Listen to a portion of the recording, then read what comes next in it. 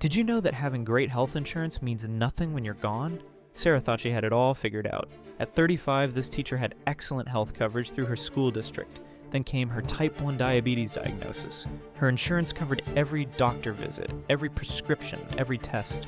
But late one night, a terrifying thought hit her. If something happened to her, who would pay for her kid's future? That's when Sarah discovered the harsh truth. Health insurance covers your medical bills while you're alive. Life insurance replaces your income when you're not. She applied for life insurance after her diagnosis. The results were devastating. Premiums were 3 times higher than expected. 2 companies rejected her completely. Sarah learned the expensive lesson most people miss. There's a critical window when you're healthy to lock in affordable protection. Once health issues appear, that window often slams shut forever. The difference between these 2 types of insurance could determine whether your family thrives or struggles after you're gone. Are you waiting for a health scare and begin to think about income protection?